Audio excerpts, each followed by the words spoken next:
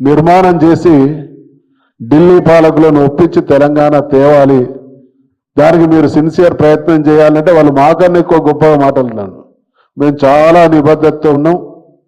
100% చట్టబద్ధత తీసుకొని వచ్చి 9th షెడ్యూల్లో పెట్టించి మాత్రమే ఎన్నికలు జరిపిస్తాం. దీంట్లో మీ అందరి సహకారం ఉండాలి, ఎక్కడ కూడా మేము వెనుకకు పోయే ప్రసక్తే లేదన్నారు.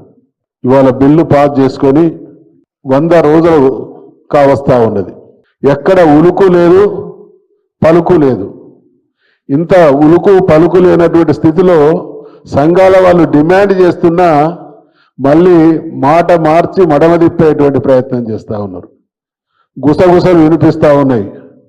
పార్టీల పరంగా అమలు చేస్తామనేటువంటి లీకులు వస్తూ ఉన్నాయి.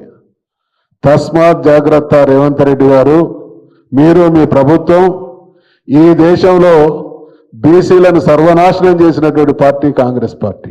దేశంలోని బీసీలను 2వ శ్రేణి పౌరులుగా దిగజార్చింది కాంగ్రెస్ పార్టీ. కాబట్టి మళ్ళీ మేము రీఇటరేట్ చేస్తూ ఉన్నాం. 42% రిజర్వేషన్లకు చట్టబద్ధత 9th షెడ్యూల్లో చేర్చి మాత్రమే ఎన్నికలు జరిపించాలి.